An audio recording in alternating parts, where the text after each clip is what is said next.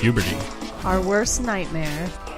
The only thing worse than a child going through puberty is being the parent of a child going through puberty.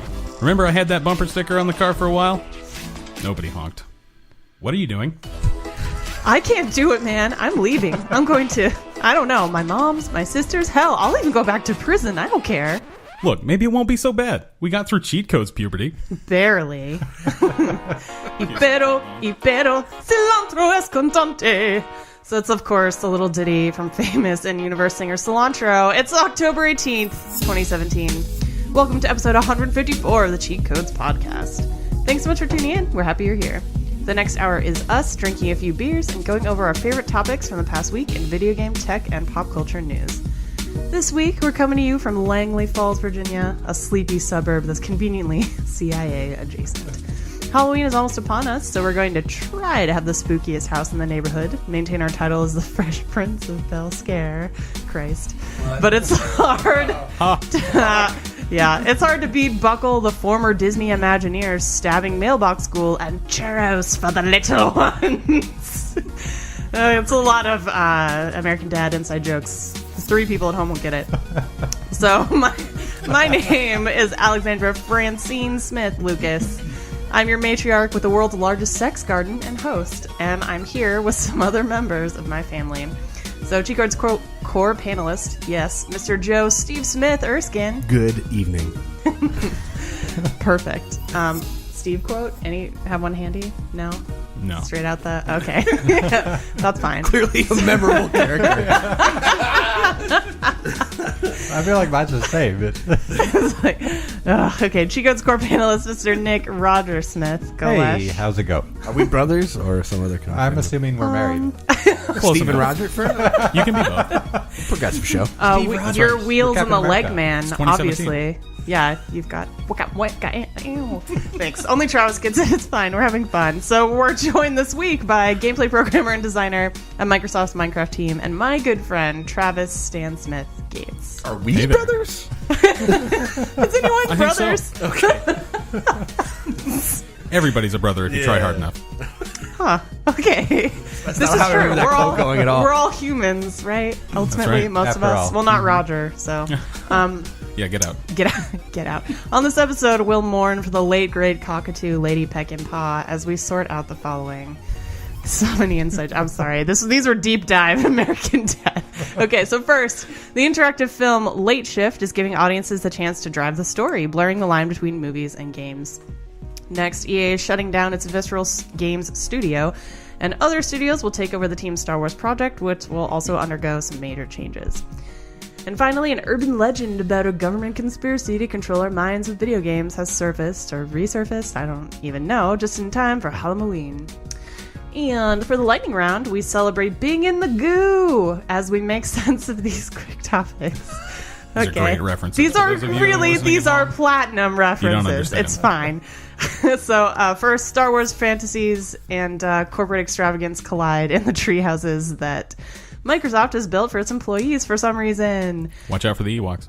Yeah. Oh, everyone gets their own Ewok. God damn it. Okay, we'll get there eventually. And then Han Solo's getting his own origin movie. It's called Solo, and we have some strong feelings about that. There's only going to be one, I wish it was called Lone Star. clearly. Oh, God. Save it. We'll get there. Okay, so yeah, thanks for coming to the show, Travis. Thanks for having me. It's a pleasure to be here. So good. So you went to DigPen, got that Yes, I did. BS in Yep. game design and Computer science. That's right. I can do all the things except, art, sound, production, all the other things.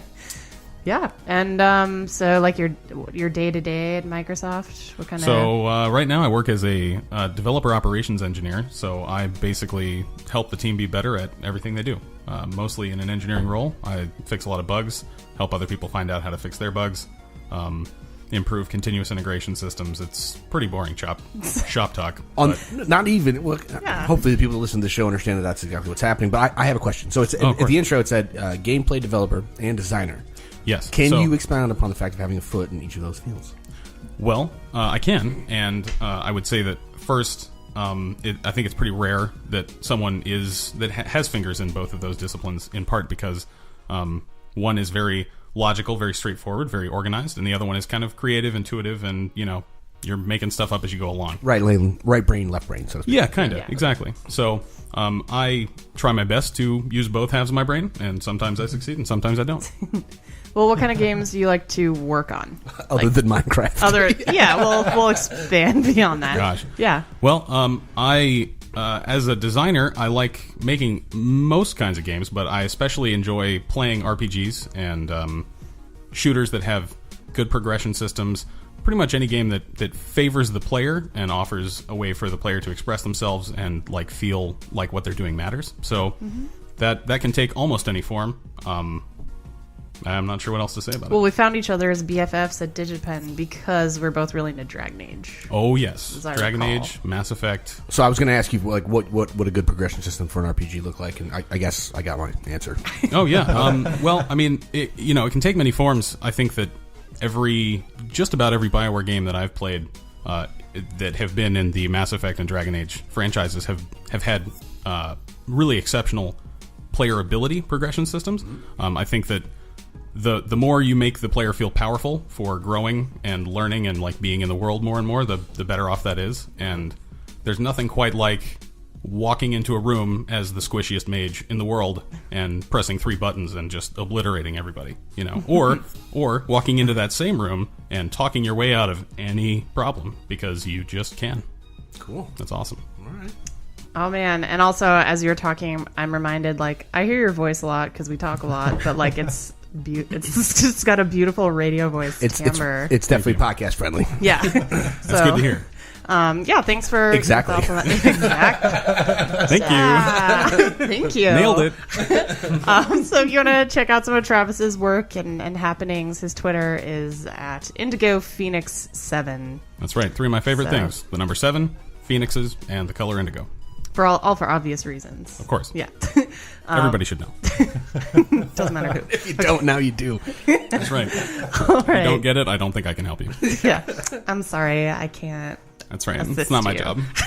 Okay, all right, so really thanks again for coming, Travis. So really quickly, we'll talk about what we're imbibing on this fine episode. So whether you're concocting an elaborate scheme to convince Francine that you're an archaeologist, or making Stan feel guilty about the life debt he owes you, I don't think I do. you'll probably want to black out every now and then to cope with living in the attic. I guess I'm just writing this whole show from the perspective of Roger. So There are no other perspectives. God, this week, Ricky Spanish. Okay, there, we got it in. We're done. This week, we're drinking some Vengeful Spirit IPA from Stone Brewing. It's pretty tasty, but if you're wondering if we're going to be sharing, toot, no. All right. 2-part harmonies. Yeah. No big deal. Should Nick and I leave? Are you guys all right? All right. All right, you're here. Oh. Just kidding. It's fine. We will stop the American Dad sinking shortly. But I first, doubt that. That's a lie. that's true. It's for life. So Don't quote her. don't. She doesn't speak for me. That's right. Okay. It's 67 degrees outside, and I hate you. Let's get. We almost had Spit take. Number 1. Oh gosh, no. So, all right, let's get started. Number 1.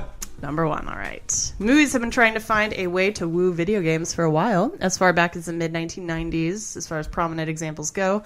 But the interactive film Late Shift marks a major step in that direction.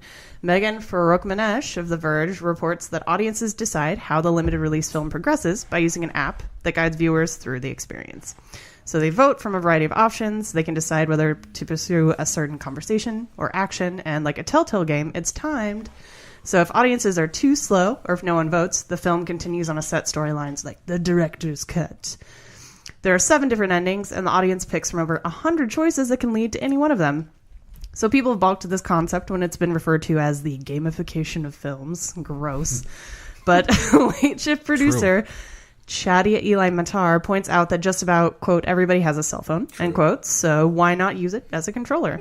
So, yeah, what are our thoughts? Have y'all actually been through an experience like this? Yeah, it's called a Choose Your Own Adventure novel. But there's Right. not a crowd of people. It's one. It is. Exactly. Yeah, like her story, right? Or even just like Telltale. in I feel general. like I've done things like this at planetariums in the past. I feel like I've done this at like Universal Yeah. Studio once, maybe. Oh, there you go. Okay. Different. And they had like weird little controllers They had in there with something like on 2 the- buttons. Yeah, or it's like something, yes, right? no. It's like that's what Yes, life's no, made of. those maybe. two Do you like choices, me? Yeah. One's Yeah. red, one's black because colors don't matter. This, maybe I'm an old man, but this makes me inherently nervous. Because I'm not. This is not off the top of my head. This is more of like I feel like there was a secondary op-ed piece from Polygon that did or had a headline similar to the fact of this is going to bring out the worst behavior of everything we hate about people in movie theaters in the first place. Because you're watching the movie and then everybody's going to pull out their phone and then look at it and do the thing, and then even as the article itself brings up, people are going to troll like a motherfucker. That's right. Yeah. Like even in the article, they detail how like the guy in the movie with its 7 different endings and 100 different choices to make, like the audiences did not let him end up with a girl. Yeah, they made him a dick. Yeah, they made him an asshole, and They like made him lose. I'm like, this is an exercise of like maybe this is a good thing because this is what needs to happen. Maybe this is like this kind of thing, and the next few projects after it are the thing that gets it out of everybody's system, and then it becomes a kind of the cool thing. That could be cool. But this is why a choose your own adventure novel works, because one person is smart. You get a mob of people together. Everything gets kind of dumbed down a little bit. You know what I mean? And Oh yeah. I'm trepidatious. I'm a little skeptical. About Yeah, this whole imagine idea. like playing. I'm surprised somebody hasn't done this, but maybe they have. Like, how come there isn't like a Mass Effect? Let's play Mass Effect on Twitch or something, where people are choosing the decisions. Sounds Like, great to I me. want to see. Oh, cool. Yeah. Like that would be a similar experience to this, because like you said, it's like mob choice or something, as opposed to one person playing Mass Effect the way they want to. Right. Now you have a whole bunch of people saying like, oh, choose 1, choose 3, choose 2 or something, and after a few seconds it chooses the one that the most number of people chose, and then you get this random story. And I guess that's the entertainment in that kind of thing. It's like seeing what choices other people make, not even what we're watching. Like, I don't even care anymore what the actual story is. I just want to see what how other people want to take the story. I'm not saying that this can't work. I just think it's going to be a little while till we figure it out. And because it's like the Twitch plays Pokemon thing, right? Where we've seen like Mob Rule eventually get to an ending that is at least like a finish, right? Yeah. In whatever capacity that is. But I am like we've already seen like the article itself. Again, it kind of states like everybody did the whole comment section thing of just trolling the fuck out of it, and it seemed. I'm sure that they accept that kind of eventuality as a production team, but it's got to be a little depressing when they don't necessarily go like the route that they're kind of maybe hoping for on the side. You know what I mean? What about like a drawful type of like much smaller communal thing? I think that has a lot of potential. I think it's best. Any kind of choose your own adventure movie basically is kind of what we're talking about, right? You could do this with TV series. You could do this with episodic storytelling, right? And I think that it would be great in the home, like with the family, with the kids, with the parents, with a bunch of friends together. But you get strangers in the mix, you start having the troll effect, where everybody just kind of wants to make the worst choice possible just to see how bad it can get. It has that like that comedy club thing where like once somebody catches on, or like once you start like baiting a comedian who's kind of mob bombing on stage, and the whole kind of crowd gets behind it, and it's kind of like, even if you don't start off meaning to troll this guy, it's like by the end it's a goddamn garbage fire. Yeah. So Steven Soderbergh, who retired from films and then came back, he's actually doing something like this for HBO, I think. Soon, Interesting. Where it's like in between episodes they're gonna. That's actually really cool. I think that's more that home experience you're talking about. Yeah, and it offers like agency to the audience, which we generally don't have when we're watching content. You know, we like experience it and then it's over. And games have that. I'm always making a decision. If it's a good decision or not is kind of irrelevant, but whatever happens is I chose that. I have some power. Now, with a show, say Game of Thrones was suddenly, the plot was decided by the audience. So you'd get some pretty bad variations immediately because people have bad taste. But we have established kind of the track record for Game of Thrones anyway. So. Yeah, true story. So you've got to be. I feel like you need to combine letting people choose with also not letting them choose badly. You have to give them options that lead to worthwhile an outcome, not a shitty outcome. Exactly. Right. Yeah. Some kind of incentive. Yeah. Or just like you have.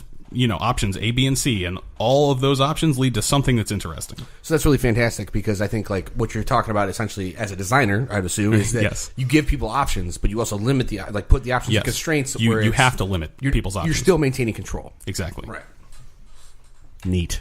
I think so. Well, totally. So we can't have nice things. We'll ruin this. At least at first, for sure. Yeah, exactly. But they'll probably figure out some limitations to put on it. Maybe we keep to smaller screenings. Yeah, I like the idea of like playing this with maybe your friends at home or something, where like we invite maybe a few people over, and then we turn on the Xbox and we play a movie, and we can choose how we want it to go. I think PlayStation is doing something similar to this, where they have like the phone controller on the thing. There's a game that they're working on, or some PlayStation sanctioned studio that's making a game that you can also do like a party based kind of input, like a you don't know Jack. It's not that kind of thing, but it's that party based game where everybody has an input and it kind of sways which way the story. It'd be interesting. I mean, imagine playing like and Until Dawn was the one that we played with a bunch of friends, and we were making decisions.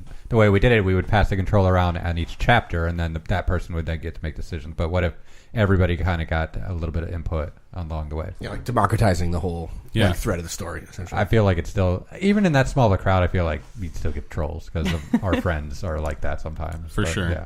It's a scary endeavor, like from a creative standpoint, because I think like you have to accept the fact that you're creating, like just like specifically for like BioWare games, that have to write all these eventualities and storylines based on the way you have to just characters react, and like the amount of work that goes into that, from recording VO to writing the scripts, all that, it's gargantuan. It's absurd. Yeah, I think personally, the stories kind of suffer from that also, like because there's more choices, it kind of like you lose kind of the cohesion of the entire experience. The broader they get, the less deep they can be, just by nature of budgeting. It's exactly. Hashtag open world games. Hashtag rip.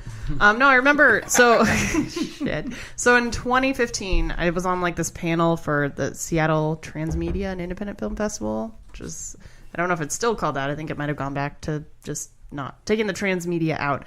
But anyway, they showed a couple, Digipen games there to try to get in on the transmedia stuff. And I remember, so anyway, I was on a panel and they were like, a question we got was, how can we link movies to games? Because pretty much indie films are dying. Like, help us. Interesting. So, and this was a thing that came up. Again, that was 2015. So a couple years back now. But that's like 32 years. They're looking for solutions, definitely. It sounds like that community is really open to ideas. It's just a matter of like, we need to warn them. Oh my God, gaming people are terrible.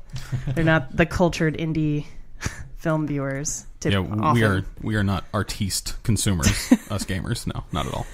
Yeah, typically, often, but yeah. So maybe sometimes.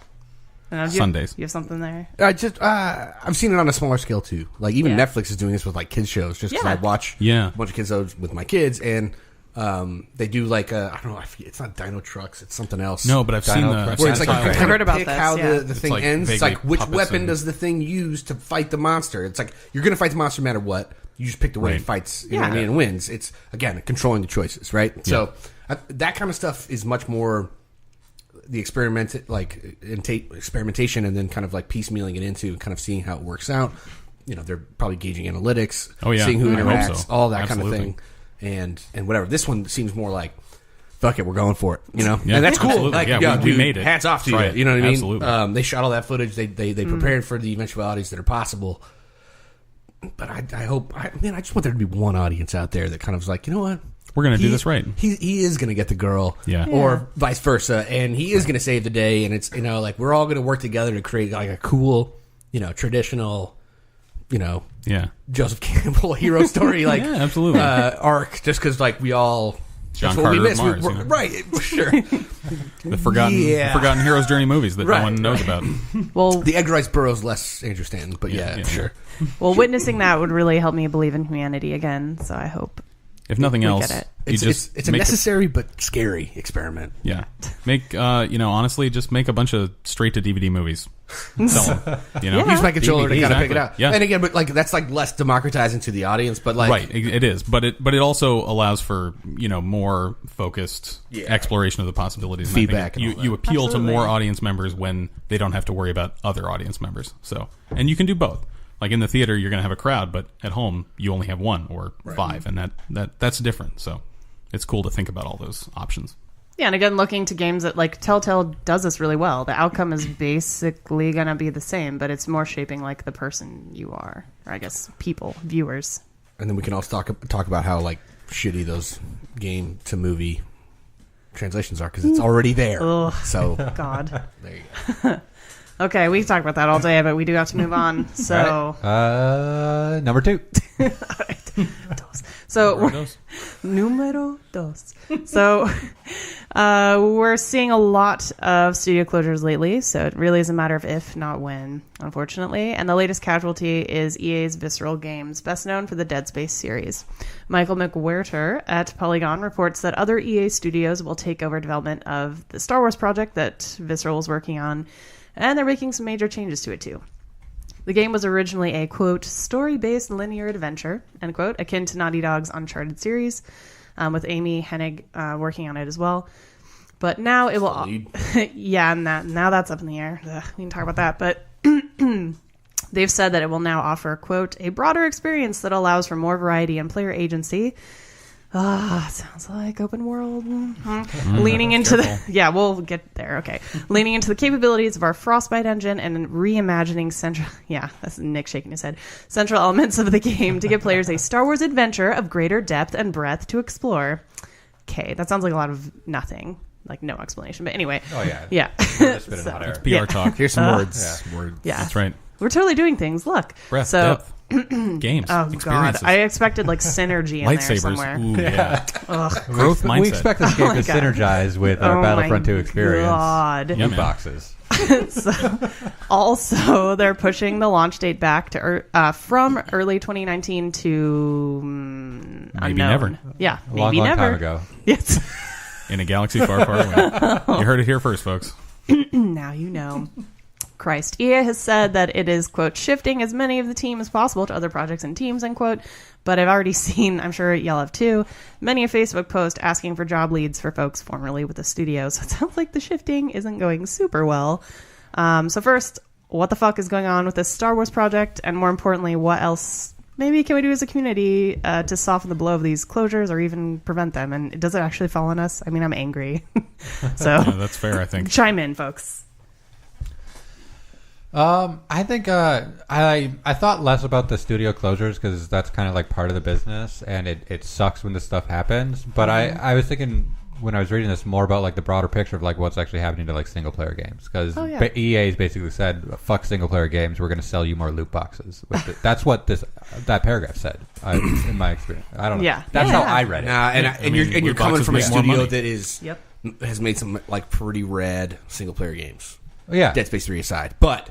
they were great. So let's shut them down because that's not going to fit in our business model because we need to sell more loot boxes. It sounds all right. And this is pure speculation, so please, I'm not talking shit about anybody, but it sounds like to me that like we're gonna hire Amy from Naughty Dog, and she's gonna basically help us do what they do at Naughty Dog, but for a Star Wars thing here at EA. And then they start doing that, and then it's like. I feel like there's a bunch of trepidation. I feel like I keep using that word tonight, but there's a bunch of fear. But there's a bunch of fear Episode title. and a bunch of really like the people that Disney specifically that are handling the Star Wars property right now. Like we've seen directors getting fired left and right, and we've seen like the way that the Disney itself handles game studios in general. Yeah, is a bit questionable. Or look, I understand they make business like they're decisions vulnerable. based on business. Yeah, and it feels like EA is kind of feeling that fallout now. Because they saw what they're like, I'm sure what they were doing is really cool. Because we saw that teaser trailer like E3 last year or before, and it seemed like things were moving along fine. When you tell me that that's a linear like based like adventure, when you tell me that like 1313 got canceled and it was going to be the fucking dark and gritty Boba Fett story that I've always wanted since I was like a fucking babe, God damn it! Uncharted Boba. And now this is going to get pushed on. I'm like, what's going on? What is going on, guys? You know what I mean? And I understand that they have a very delicate and profitable property in their hands. On the Disney side, not necessarily EA, but right, sure. But I really think that they're being it. It's not that they're being. I feel like the press is all over this shit, and it's making it seem like super sensitive. Maybe this was a positive change. I don't know, but it seems like they're micromanaging on a level that maybe they shouldn't be. Maybe they shouldn't be. I'm a little concerned, but that's me as a fan, not as a game developer. Sure. I don't know. Maybe I'm reading too much into it or something, but it seems like a pure like choice that they want to go a different route. They want to create games as a service, and they want to ditch single player games. This spoke to me as EA was like, we can't figure out a way to monetize this single player game. Let's scrap it because it's going to cost too much money. It took too long already as it is. That was brought up. And let's find some way to, I don't know, rework what we got to so make we it more profitable. To make it more profitable, because it's EA and Activision are like the two publishers that are really like pushing this loot box kind of thing. And I keep saying loot box, but that's kind of the fiasco that we're dealing with right now. Yeah, and that's all I read when I read this article. It's like they're not concerned about like. They don't see the profitability in single player games right now, and with the way the market has been with games, the last article I read is like loot boxes and microtransactions and all that stuff have tripled the value of the gaming industry in the past few years. And why would they not try to pursue that kind of thing? Like single player games are not profitable anymore. Yeah, they've become the art film. Yes, the single player games that we're gonna get are gonna be coming from indie studios. That's right, and they're gonna be fun and great. But we are not gonna be getting. They're not gonna have the same depth. They're not gonna have the same scope. They're not gonna look as good. They're not gonna have the same budget. They're not gonna have those properties. They're not gonna be Star Wars. Mm-hmm. Well, yeah, I mean, they've already got another title coming out soon. So Battlefront they 2. don't care. Right? Yeah. So like, and that's going to be Loot Box City. Which they went out of their way to put a single-player campaign into because of all the fucking backlash in the first one. Yeah, and that backlash was pretty well-deserved, but I think, personally... I'm talking about weak-ass progression, dude. Holy fuck. Ooh, you want to talk about shallow systems? Yeah. Talk to me. Yeah, exactly. I have very fond memories of playing the original Battlefront 2 with my brother, split screen on a TV so small that you couldn't see anything, and it was great. We played hundreds of hours of that game, and it was beautiful. And I played maybe 12 of the modern Battlefront, and there was nothing left. Yeah, exactly. Well, but also remember there was a third Battlefront of that generation that was supposed to happen that got canceled too. Yeah, and that's true. So it's like, is history repeating itself? Is there something else going on here? That's a good question. Up, I think the core is that single player games that don't have a way to give players an opportunity to spend as much money as they can and want to spend, that is really tricky to monetize, especially now. Like, mobile games make so much money every day, every hour, because people can just keep pouring money into them, and they will if they want to and if they've got the money to spend. So a single player experience that is like a linear story, it's 8 hours long, you do these things, and then maybe you play it again to do a couple of different things, and that's it. That's, that cost you millions of dollars to make. You made $60 per copy, and then that's it. You could have been making like an average of $300 a copy instead if you had loot boxes. So yeah, that's just how I feel about it. And I don't necessarily blame like any of these studios like EA or Activision. It's just like that's the way the market is right now. Like that they have to do that. Those companies are so big either way, right? They have a lot of mouths to feed, so to speak. And there's a lot of people talking one way or they're based on some analytics or statistics one way or the other. So yeah. Plus, it looks like they might not run into like the whale problem or like the whale limitation that mobile games do, right? Mm-hmm. Like it's what 2% or something that are whales, meaning even they will like a lot. Is it that? Yeah. I feel like it's smaller than that even, but yeah, it's very small. It is subset. A very small percentage of people who spend the majority of the money right on mobile games, but it seems like there's super high demand for loot boxes in general. Like people do. You can compel people a lot of different ways. Like, one that you don't even know what's in it. Like, that's exciting, right? Well, like the gambling pieces we were talking about. Well, I just read something, I think it was Activision or EA, I can't remember. It's Activision with the patent. Well, they figured out a way to match make people to persuade people into buying more loot or something. Like, I don't know how it works exactly. You get paired with people who have more loot, so you get jealous of them and buy that loot or something. You see it. I didn't read the article.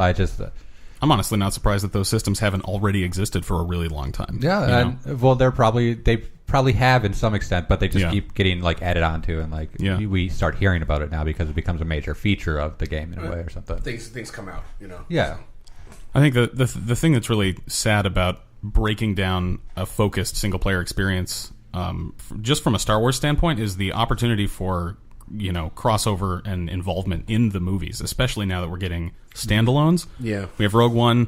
Mixed feelings on that, maybe depending on who you are, where you're coming from. But the Star Wars parts of it were awesome. blasters, Darth Force Vader users, wrecking shit. Exactly, that was so cool, and all the ships and everything. And now we've got some other upcoming Star Wars movies, and they're I mean, it's a huge, rich universe, so you could tell so many different kinds of stories in that setting. And it's too bad that kind of storytelling isn't, it's not profitable enough to make the cut. That's what it feels like. I mean, even, that's what it feels like. Sorry, Nick. Let me just jump in really quick.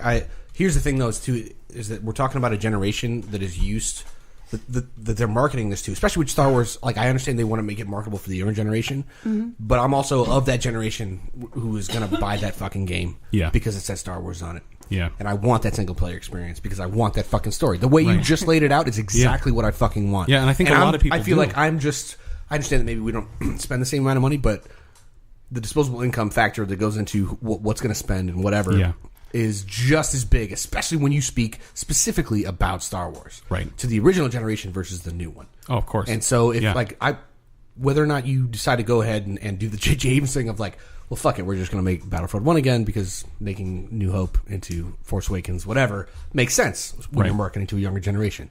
I get it. At the same time, Rogue One had problems. Whatever you want to say, like, stop firing people. Right. Let's see. Like, you guys want to fucking double down on this new generation shit? Then fucking think about it. Lord Miller, man. Pause. Put all your stuff on pause and think about it. Yeah. You know. From a business standpoint, I do. Sure. But I'm like, let's not discount the other people that are going to spend money on this. Right. And think they're looking about all to, your which players. I think is a single player experience. You know what I mean? I don't think you're going to get these kind of single player experiences from these big companies anymore, though, or these big publishers, the larger ones. Yeah, I think you're going to play the market. You're going to get the games you want from other companies. You'll be able to get those in indie departments, or like.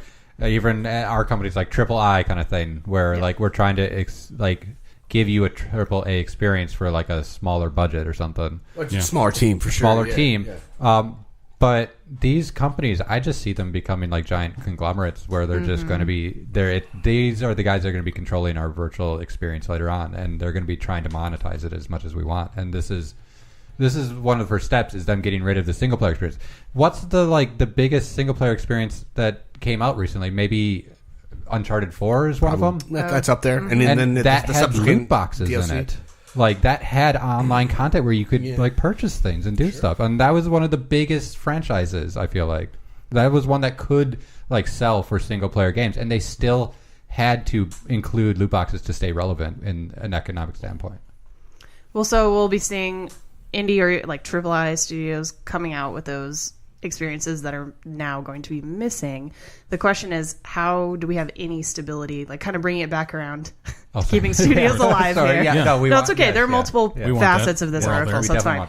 But I feel like your studio is headed by someone who used to work at a major studio, and like you see, like Beamdog, right, is headed by David Gator, who's worked for BioWare.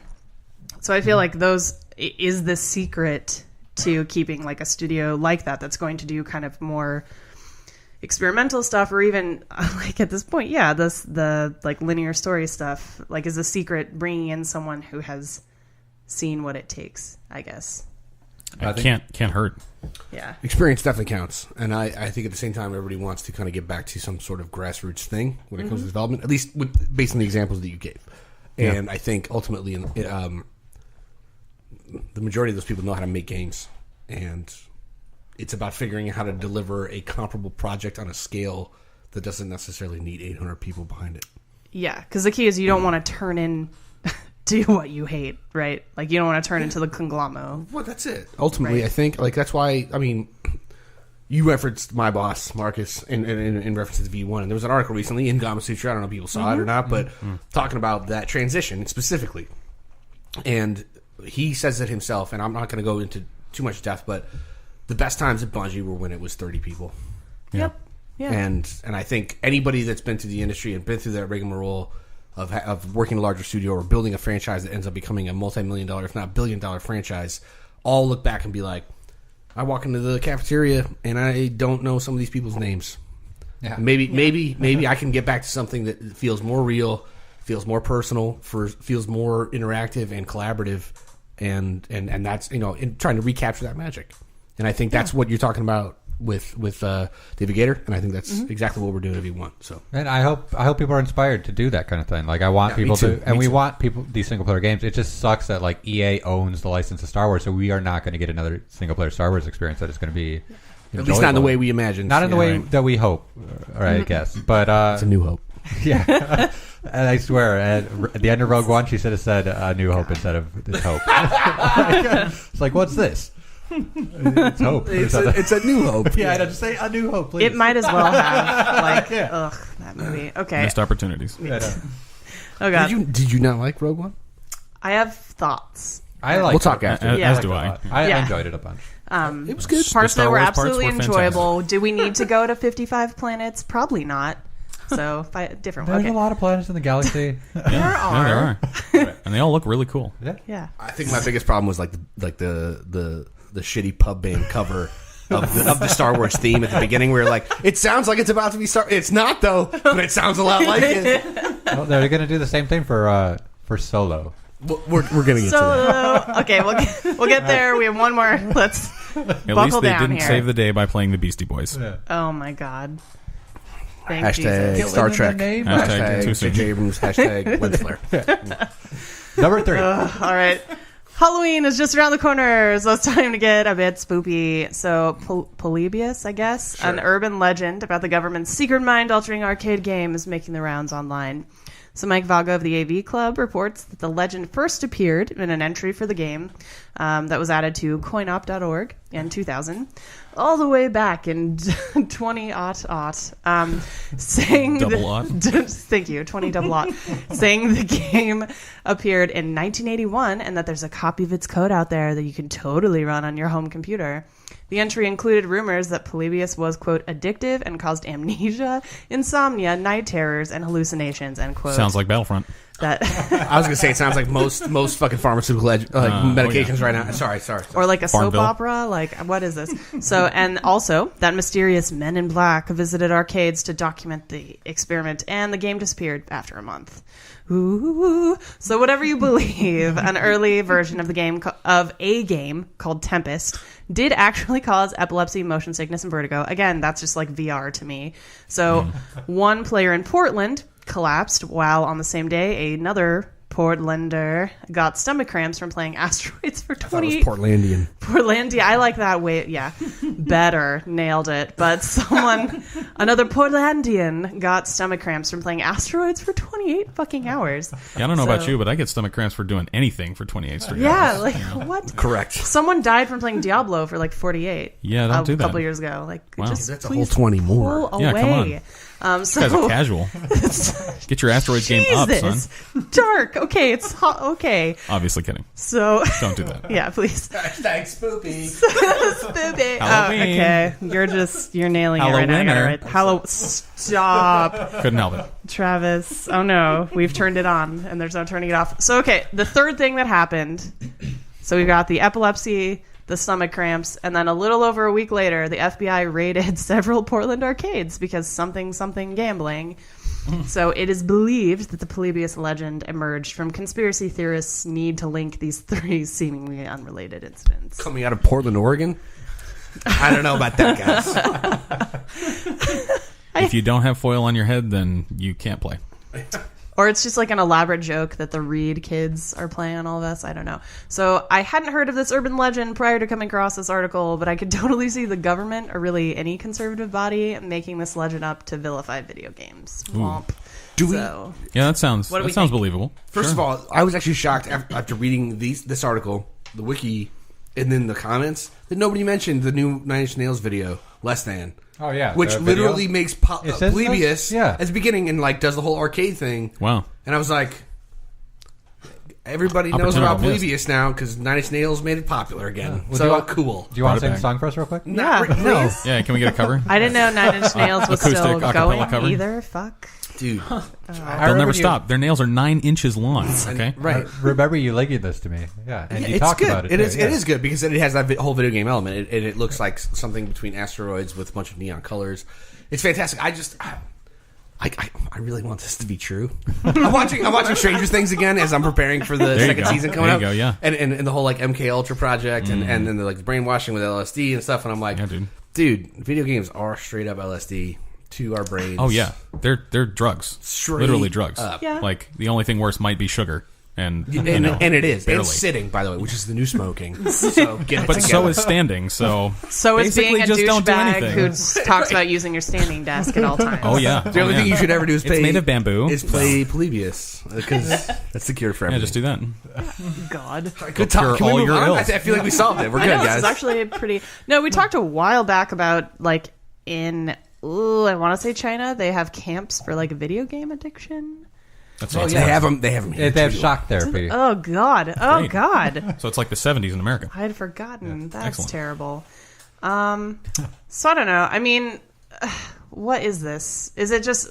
Like, why is this popping up now? Because of the music video? Is that I don't know if that's what it is? it wasn't referenced, so I guess Yeah. not. But I think that like was it Vice never or know. whoever or AV Club got their hands on it. It's been this urban legend thing. Like that, there was this arcade cabinet around that was being monitored by Men in Black. And kids were It was actually apparently just Mormon playing it, visiting the and arcade.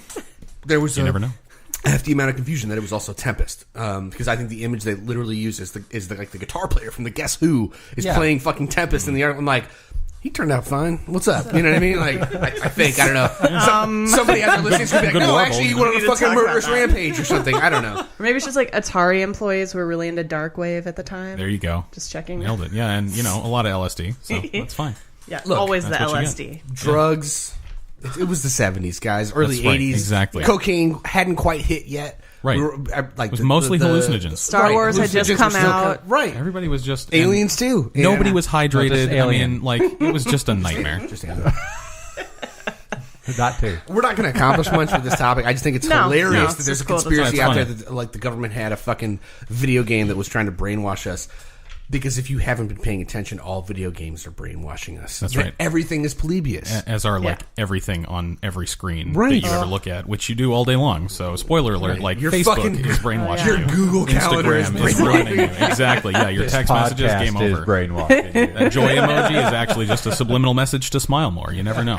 Apple But while and crime. Android are both Polybius. Become Like, a Patreon patron. Yeah. Support Chicas. No, Support like, me here and here. Travis, when Never I sent you stop. these articles, you were like, "Why are there so many fucking pop-ups?" Like Oh my everywhere God. you, Yeah, can we every talk site about how you go every to. website is like, hey, I see you're at my website. I see you're looking at all these ads that make me revenue. Would you like, hold on, wait, let me interrupt your experience. Would you like to subscribe to our newsletter that sends stuff to your email that you don't even look at? Yo, you need ad block. You bro. really want that? Oh, I've got it. They're getting Yeah, past they're it now. getting It's like, around it. yeah, they're just like, it's just like pretend. I have like three you know? versions of AdBlock installed. Yeah, and like right? 2 versions of like the anti-Bitcoin mining stuff. Oh my gosh. Yeah, where's like super duper seriously though actually ad block, right?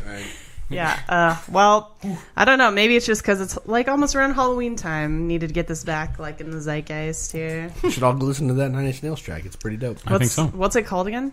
The hand that feeds. Less than. Less Than. Also, that's a good track too. Less than. It's off the whatever. I'm not going to fucking advertise for Nine Inch Nails. I'm just saying it's a good song. Why not? You like Too it? late for that. Polybius, like it's they use that Nine as Inch the Nails, theme we for the- expect a royalty check in the mail. Yo, Trent, Thank you very much. hook it up.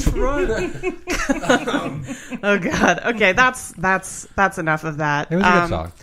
But yeah, there's something to be said for like this like creepypasta stuff that we all like to buy in together. You know. Yeah, it seems to me that there's definitely an element of people wanting to connect dots that aren't the same color, they're not the same shape, and they're not even on the same page or in the same book or in the same library. It's like, guys, these things are not related. And that's Like, I how we had get stomach shit like cramps. Stranger Things, dude. Exactly. And that's Yeah. a good thing. Yeah, so no, I'm glad that is this a good exists. thing. You Yeah, know and what mean? So- yeah, exactly. So some good can come out of this weirdness.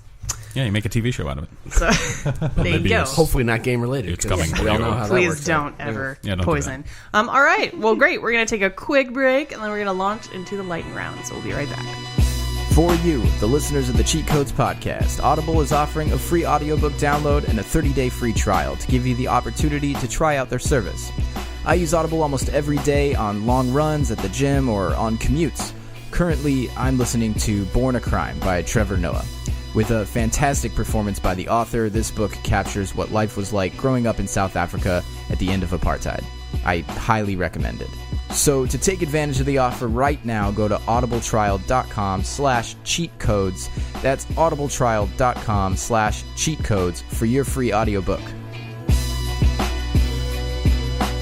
Okay, panel, it's time for the lightning round. Here's how it works. We're going to take 2 quick topics and then give each member of the panel a minute to chime in pretty much uninterrupted. At the end of each minute, Joe will award each panelist some kind of points based on hilarity, wit, and ability to create a haunting scenelet.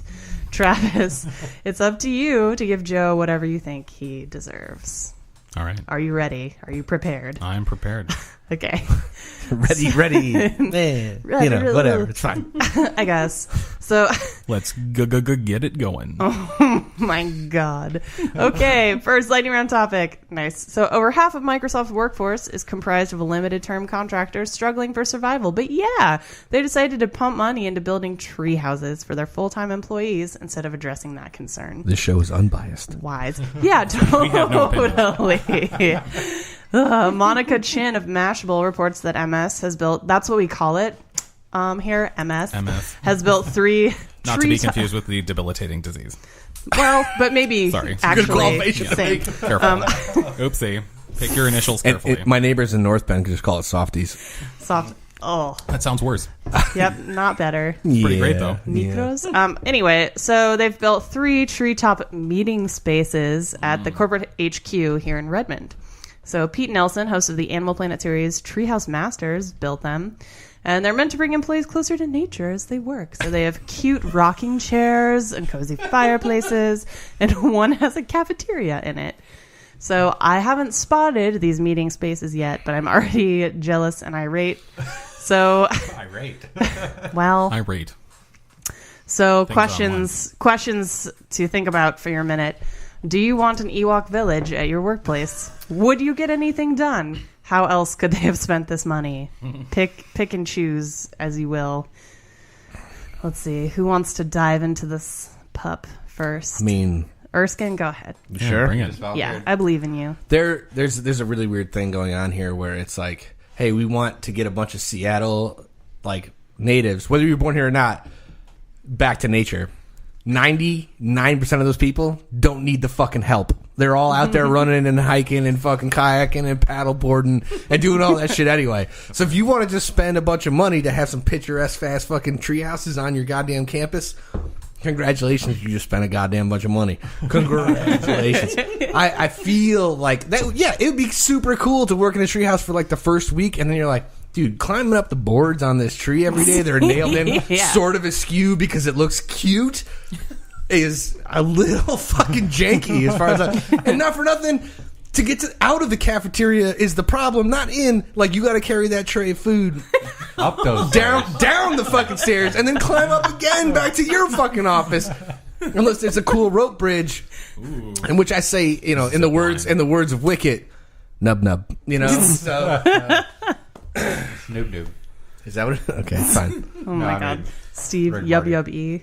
Steve's name and okay, That's right. go ahead. No more inside jokes. Wait, points? You got to get points. Yeah, Oh, points. Oh, am I Mr. giving out the Gates, points? yeah, All right. please. Well, I think for that scathing and but also appropriately terse review of Thank you. tree houses and cafeterias and the amount of dexterity required to get out of them with your food, I'm going to give you 3 Ewok hats. Congratulations. You can mount them on your mantle or wear them all at the same Do time. they come from loot boxes, or do I have Not- to? my Can I earn them by? goodness. Can I earn them by grinding? You can, but it's going to take you a while. Okay, Okay, fine. you need to get all the materials, and then you got to get the currency to craft them, or you can just buy them with platinum. $3.99 Thank you. per hat. Thank you very much. So, also a rope and pulley system for your food. Sweet. Yeah. The spit within which I roast androids is Oh damn. Roasting androids Brutal. on an open fire. New Christmas Carol. It's against my TM. programming. Nailed it. Okay, I'll go ahead. Here we go. So I have 2 questions. Are they wheelchair accessible? And then if so, Doubt it. that's gonna which actually Microsoft is decent about that kind of stuff, but I don't know how much they've thought through this. I guess is my. I'm on board with Erskine on that part. Obviously, I have some rage built up about this, as you can tell from my intro, so I'm not going to dive into that too much. But I love the concept in general, but I'm pretty sure I would never get anything done because it's just so cool. Like, and also I don't want to be desensitized to it. That actually make me really sad. And I don't like mixing work with super pleasant dream settings that I want for my literal home, second only to a hobbit hole. So I get what they're doing, but those two settings should be separate, in my opinion. Yes, work and play, work and rest. All right. I want to award you. All right, this is going to be a little bit drawn out, but Perfect. I strongly consider this in an attempt to be better at rewarding nonsense points. A bonsai tree with cool Warhammer, not Warhammer 40K, but Warhammer models original. that you can mount in the bonsai tree so that, you Nailed know it. what? You can sit it on your desk and have a sweet-ass bonsai tree with a cool fucking, like, medieval treehouse in it. Yeah. That you can be like, you know what? I'm doing my work, but that's where I'd rather be. But I don't have to climb up there with my fucking lunch tray. So that's... Do I get a little Zen garden in it also? 1,000%. No. Oh, perfect. Thank you. You're welcome. I'm so Nailed it. excited. See? I'm getting This is better at this great. already. Yeah, you're amazing at this. Perfect. We're making strong strides together, guys. Oh yeah. All right, Travis, it's you. All right. Well, I have to say that I agree with pretty much everything that's been said so far. I definitely worry about the accessibility of a treehouse.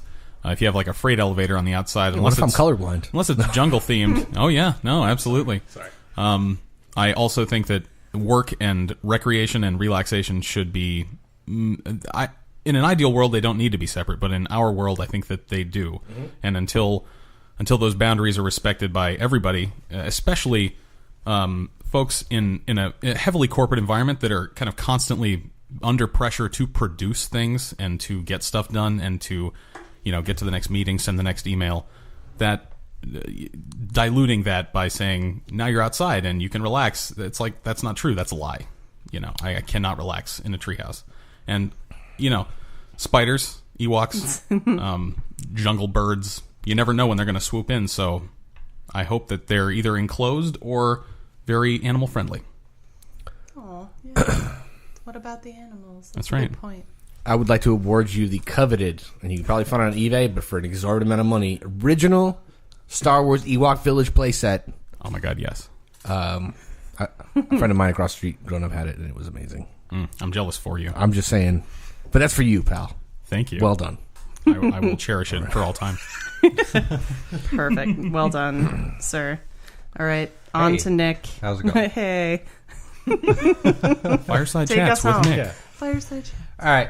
So the only way I honestly see this working is if you have to arrive by shipwreck, and you you It's a hell arrive. of a commute. Yeah, you take your commute, you crash into some rocks, and then you have to take your family, you have to get it to shore, and then you can go back to the ship because it's crashed offshore and stuff. But then you have to build the treehouse, and then you can start working and getting your job done. But after a while, some pirates might show up, and you have to create coconut bombs to fend them off. Please. And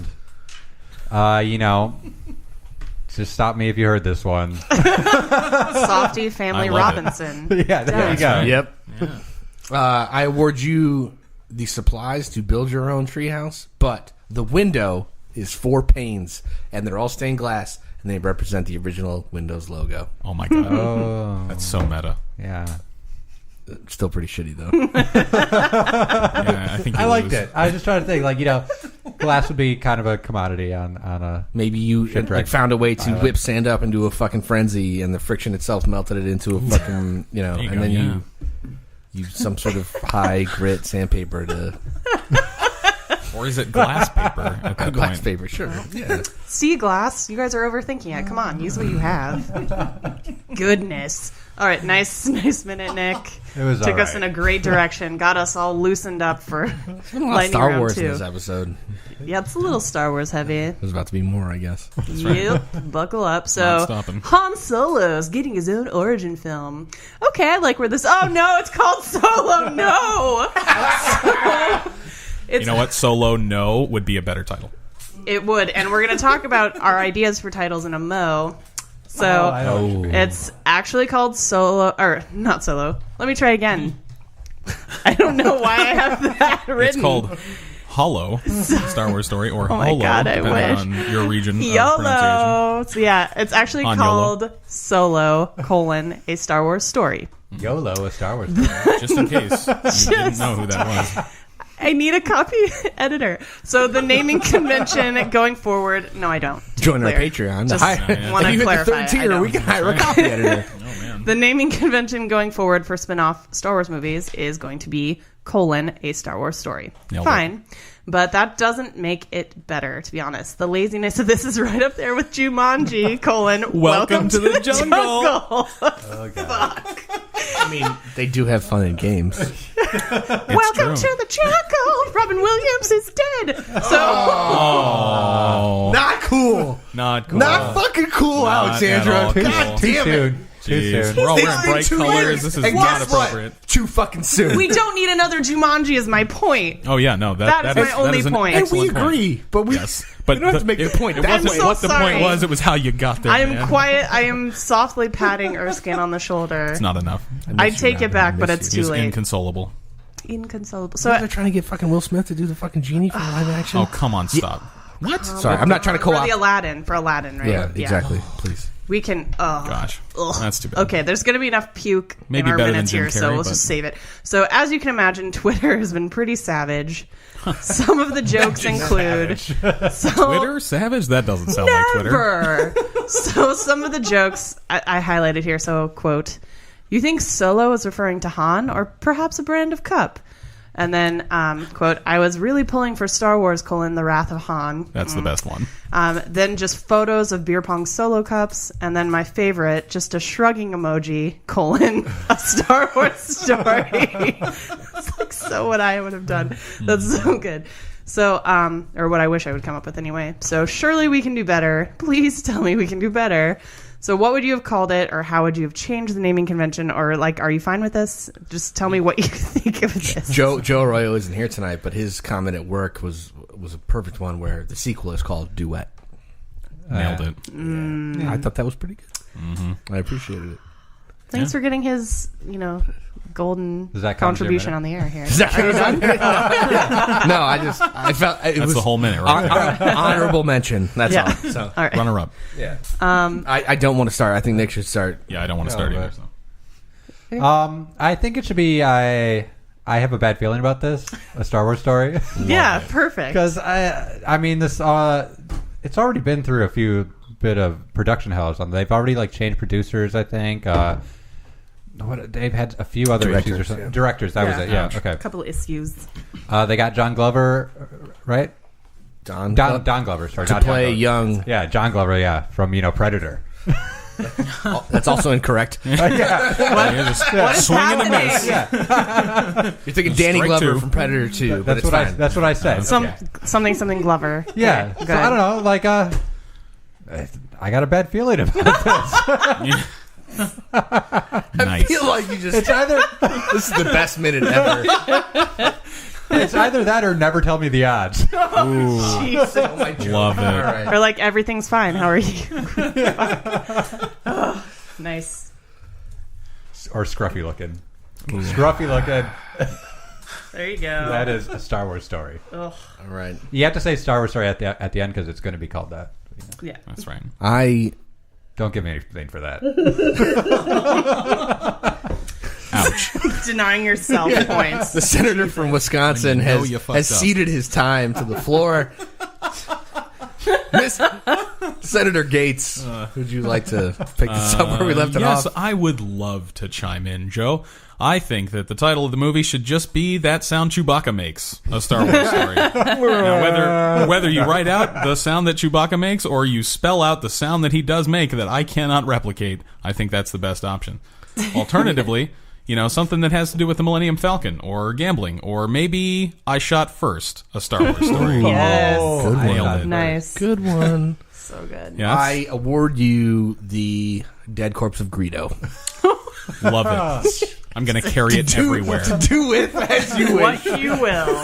That's my new knapsack. No judgment. Sweet. Well, a little. An umbrella. It's like it's alligator leather. Oh my it's so, God. I so know. God. Yeah.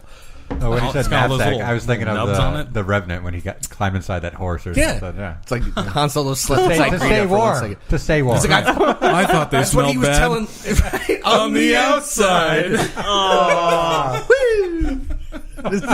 Star Wars quotes for days. Great title. It's so good. So Alexandra. yeah, like literally anything. Okay. Literally anything. As long as you say it, as long as you say a Han Solo quote right now, you win.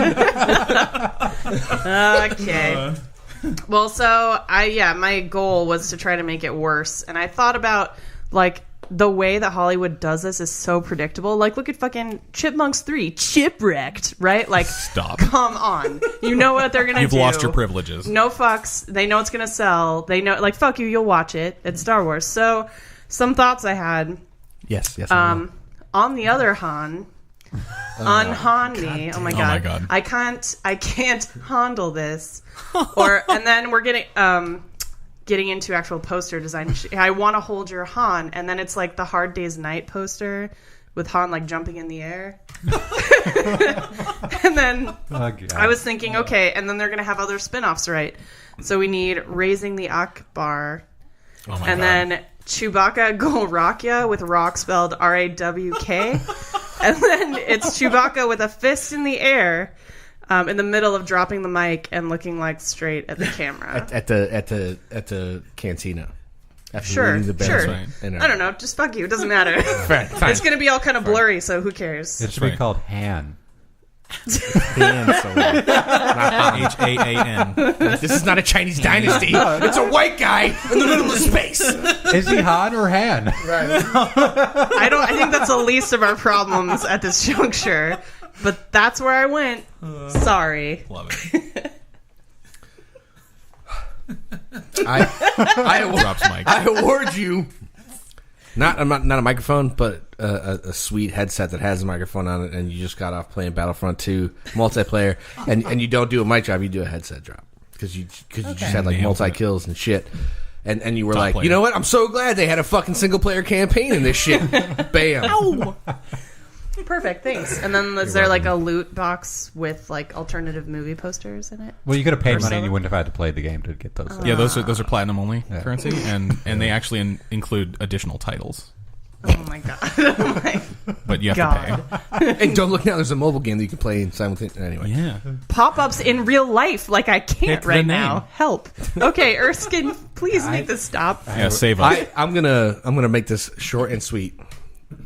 Aw. The name that they should have gone with is Solo. Colon. I'm totally cool with watching my future wife kiss her brother, There you go. I've seen some shit. and being best buds with a fucking bear. It's cool. Incest, it's fine. love Handley, which I believe is Han or Han is the shortened version of Handley. I think it's Handley Solo. I really do.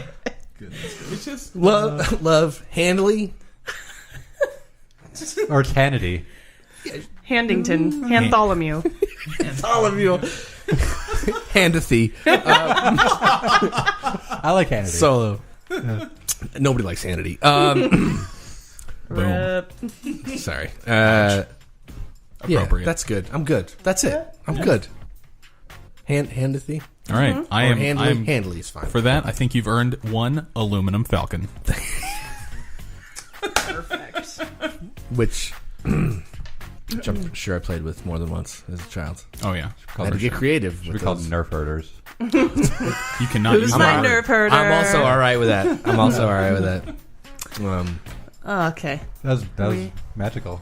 That was okay. Are we? Wait, do I? You Aluminum Falcon? You're like a sweet sign off. No, it's cool. All right. All right. There is actually, and you're involved. Oh wow. So much pressure. Things are getting too spicy for the pepper. So, another American Dad gem. Oh, so, yeah. with You that, have to keep saying It's it. an I El Pollo do. Loco They're poster? just their deep dive. You They have to are. be committed to the Yeah, show. You got to know it. So with can't make that, this up. episode 154 comes to a close. So thanks for joining us today, Travis. Cheers, buddy. for Thank having you. me. You're It was great. fantastic. And again, his Twitter is IndigoPhoenix7. Yeah, I don't do anything there, so don't feel obligated. And your website is the Travis Experience. That's also, right. That's right. .com. Mm-hmm. So, There's only one. What can we find there? All sorts of things, really, it's whatever you're looking for. No, actually, it's really just kind of a summary of some of my best projects and some of the things that I find interesting. It's still kind of in its infant stages because I have no time, but it is a collection of my work, things that inspire me, that sort of stuff. So go there, not Twitter. That's right. Yeah, Right on. exactly. All right. So, and also thank you, dear listener, for careening through the goo with us for an hour. So please. Okay, that was the last one for real. So please hit us up on cheatcodespodcast.com, on Facebook, and on Twitter, and get in on the conversation. If you tweet at us, we'll probably tweet right back at you. Also, be sure to check out our Patreon page. You, too, can become a patron for as little as $2 a month, so even Roger can afford that. With all those paper routes. More papers. Promised it was the last one. You fucking God, no, promised. sorry. Liar. Promised. We can't turn it off. So thanks so much to everyone who's jumped on board so far, and we'll see you next week. So until next time. Still not even over. I know the restaurant business. I managed a Hardee's in Myrtle Beach for 3 years. Everyone called it Party Hardee's because of the buttload of drugs I was moving through there.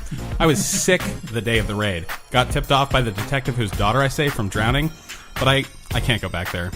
He won't look the other way again. Flawless. Like someone who's seen Well that done. episode Well done. a few times. Thank you Thanks, very much. everybody. Great.